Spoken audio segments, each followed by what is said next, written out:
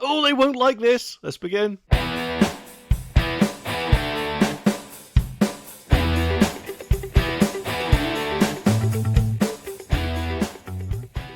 Now, obviously, nowadays, we're no stranger to BBC presenters, even ex-BBC presenters like Susanna Reid off ITV's GMB praise an organisation, just saying how wonderful the TV licence fee is and all crap like that. Even Labour actually thinking about it. They seem to be doing their own bit of brown-nosing to the BBC, saying they'll do their very best or whatever they said about the licence fee recently or in the run-up to the election. However, one of their stars has, let's just say, had a very different approach. And after working there, it's turned on them with what she said. And that is because, according to this article, it says that TV presenter Melanie Sykes hits out with the BBC in a sweary rant. I mean, you must remember Melanie Sykes. She did that show on ITV with Des O'Connor. What was it called? Oh yeah, Des and Mel. And admittedly, a lot of people out there will say, well, she's not a massive star, but the thing is, she has actually worked for them, so it has let her opinion be known. And to be honest, I don't think they'll like it at all. I mean, just listen to this. I've heard people in power at the BBC talk about the audience as the great unwashed. That's how much they respect you, which is zero.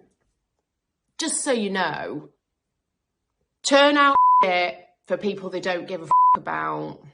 And if they think they're making fantastic television, they're deluded. And remember, they do their own programmes to big themselves up, to give themselves awards for what they do as well. So it's patting their own back, generating the money, and they're happy, but you're left feeling like you've been entertained. Are you kidding me?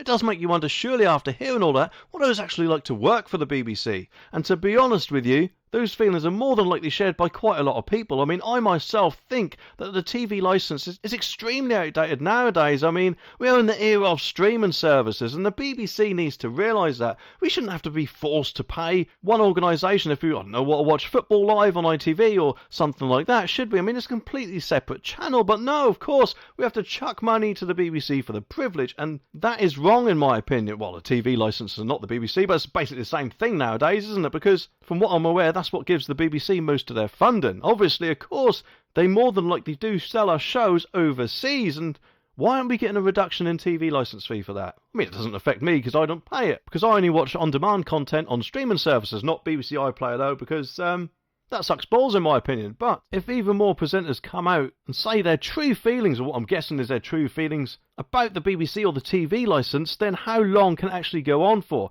I mean, admittedly, they do have a bit of a stay of execution with Labour in, because, let's just say, the BBC, in my opinion, do quite like Labour a lot. And no doubt, of course, Labour will just only love to reassure the BBC, saying, don't you worry, your TV licence won't be going anywhere. But, you know, maybe, just maybe, one day, something might happen which will be the straw that breaks the TV licence back, eh? But either way, though, how much experience has Melanie Sykes had on the BBC? I mean, has she only presented one or two programmes, or has she only just been a guest on a show? Well, according to this, it says that Mel has presented multiple programmes for the BBC on both TV and radio, including Gene Detectives, and also a co-host of Radio 2's Not Going Out with Ann and Carr.